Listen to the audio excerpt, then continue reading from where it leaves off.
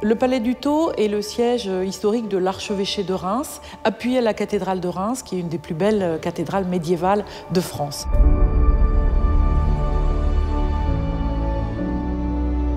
C'est le lieu où ont été sacrés 33 rois de France depuis le 9e siècle jusqu'au 19e siècle, depuis Louis le Pieux jusqu'à Charles X. C'est un monument exceptionnel qui a souffert évidemment au fil du temps, qui a souffert notamment particulièrement pendant la Première Guerre mondiale et qui a été transformé ensuite en un musée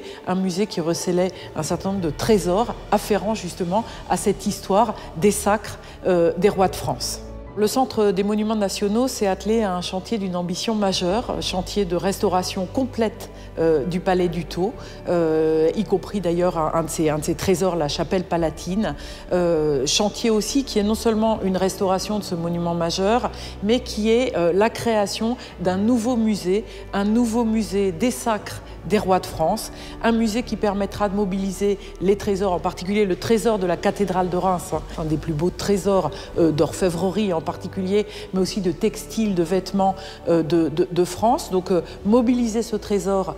au profit de ce récit, un récit immersif qui impliquera aussi de la création contemporaine, qui impliquera de l'audiovisuel, qui impliquera du multimédia, articulé à la découverte de ces espaces magnifiques qui permettront donc aux visiteurs de revivre espace après espace ce véritable cérémonial politique, religieux aussi, qu'étaient les sacres des rois de France.